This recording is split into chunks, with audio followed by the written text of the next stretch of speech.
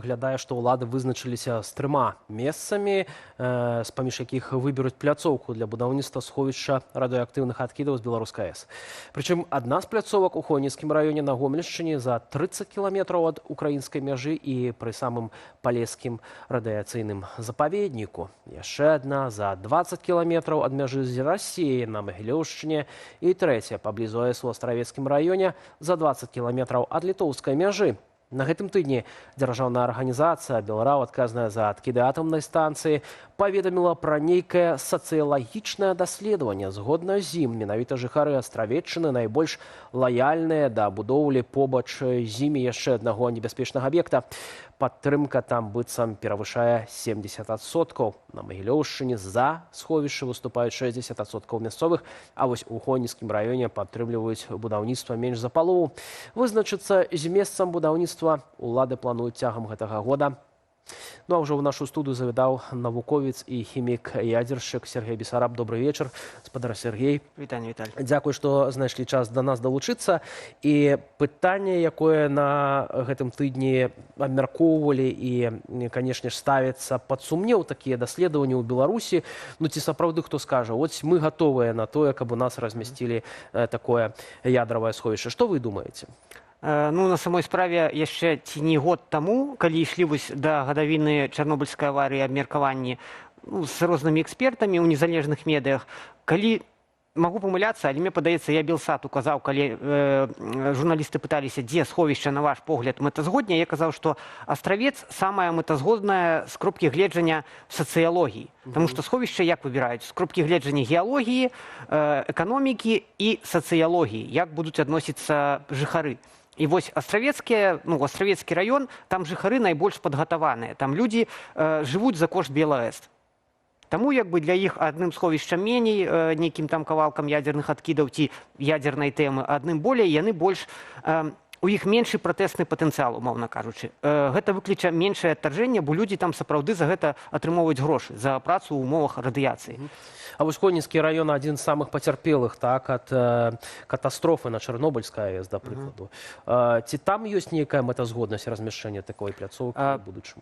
Ну, там мэтазгоднасць у тым, што там ёсць палескі радыёэкалагічны гэты запаведнік.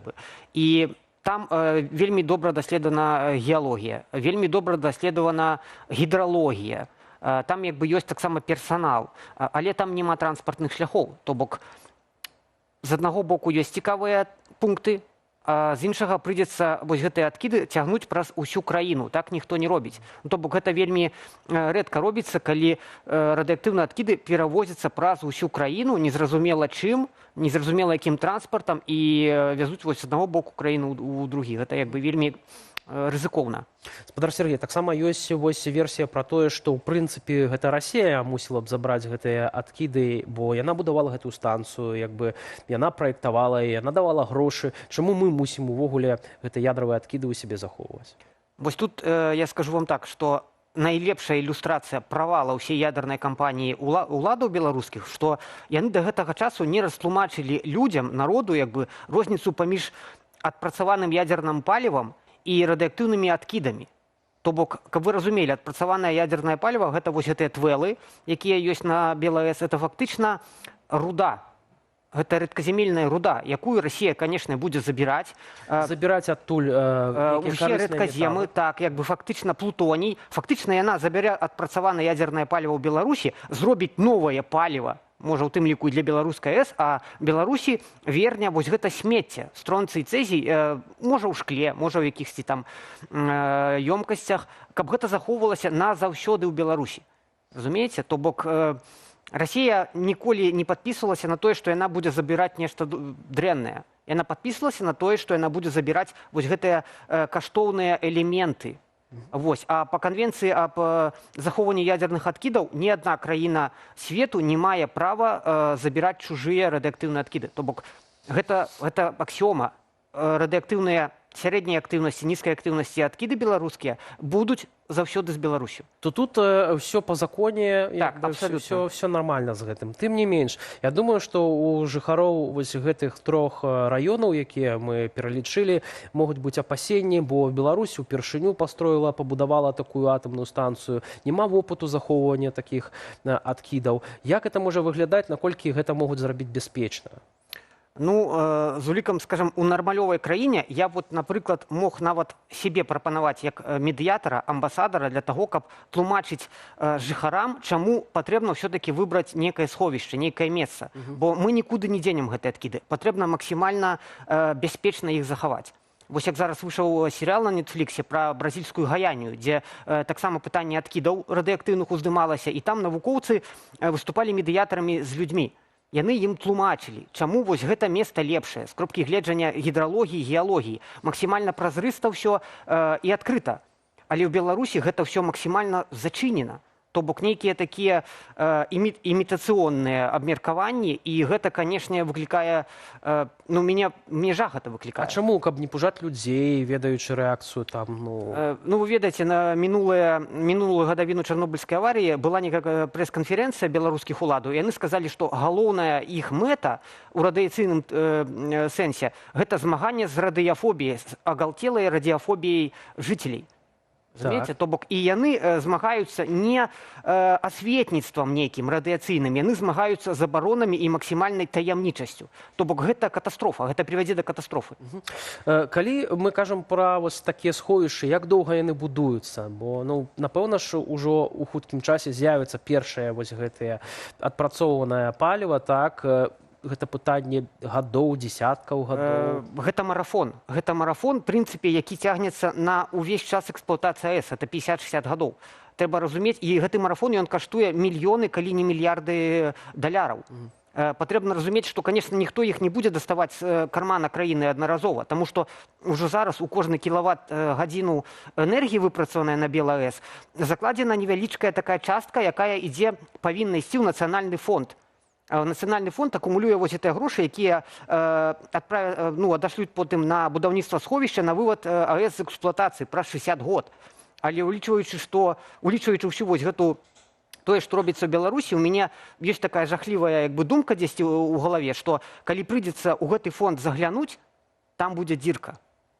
А што гэта значыць? Гэта значыць, што не будзе грошай на вывад АЭС з эксплуатацыі, на будаўніцтва сховішча, і яны будуць імітаваць нешта, што нешта пабудована, нейкія бутафорскія такія рэчы вось медыйна заяўляць, а на самой справе нічога не будзе будавацца. Але ж на самой справе, думаю, улады будуць усведамляць вось рызыку і небяспеку, калі будуць такія пустыя заявы. Ведаеце, гледзячы на выказванні афіцыйных ядзерных, скажам так, спецыялістаў беларускіх, на тое, што яны заяўляюць, паглядзіце, напрыклад, на тэлеграм-канал БелАЭС, як там інфармацыя прадстаўляецца. У мяне пачынаюць рукі трасціся, калі я гэта бачу, таму што там абсалютнае блазнерства. Абсалютнае блазнерства, а радыяцыя, яна не даруе блазнерства. Гэта будзе катастрофа, і ў мяне ніякіх ілюзій на гэты конт няма. То бок няма абмеркаванняў, няма спецыялістаў, няма ні дакументаў нават мы не бачым якіхсьці. Ўсё максімальна закрыта. Гэта нейкая катастрофа. Калі казаць вось пра прыроду і пра глебу перадусім, так? Дапусцім, што, канешне, напрыклад, улады пастановяць захоўваць гэта на астравешчыне, так? Наколькі там будзе, в прынцыпе, бяспечна займацца сельскай гаспадаркай у ваколіцах гэтых сховішчаў? Увогуле, як гэта будзе ўплываць на жыццё мясцовых жыхароў?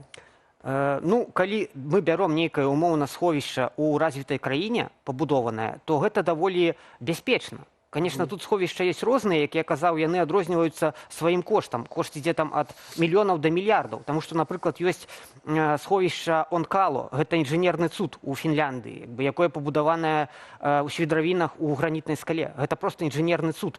Такое ж сховішча будуе зараз Швецыя. Такое, як у Фінляндыі. Францыя будуе, напрыклад, Сіджіо сховішча, яны робяць свідравіны ў гліністых сланцах. Гэта хай-энд, гэта абсалютны хай-энд, гэта інжынерныя цуды, і яны максімальна бяспечныя. З кропкі гледжання сённяшняга часу і сённяшняй сумы тэхналогій. А тое, што плануюць будаваць беларусы, вы бачылі гэты рэндэр, там ікеевскі будыначак, як я яго кажу, што да чаго, як бы, для каго гэта пабудована, для нейкіх разумова непаўнацэнных людзей яны это паказваюць, да? То бок гэта не супакойвае, а наадварот, як бы, людзі разумеюць, нават недасведчаныя ў тэме радыяцыі разумеюць, што гэта нейкая прафанацыя. Што гэта за будыначак такі? Чаму Беларусь, якая найбольш пацярпела ад катастрофы на Чарнобыльскай АЭС, плануе будаваць другую атамную электрастанцыю? Наколькі это ўвогуле у здаровы сэнс укладаецца? Ну, ведаеце, гэта пытанне абмяркоўвалася і з Белсатам, і з Радыёсвабодай, і з эканамістамі нашымі вядомымі, як бы, і атамшчыкі, вось накшталт мяне, як бы, каментавалі. Гэта не вытрымлівае ніякай праверкі элементарным здаровым глуздам.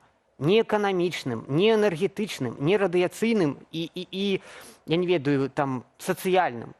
Але пры гэтым яны гэта заяўляюць. То бок я бачу гэта проста як перфарматыўная акцыя.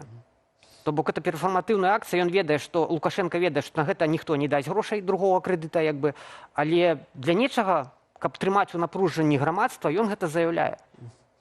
Ну, яшчэ,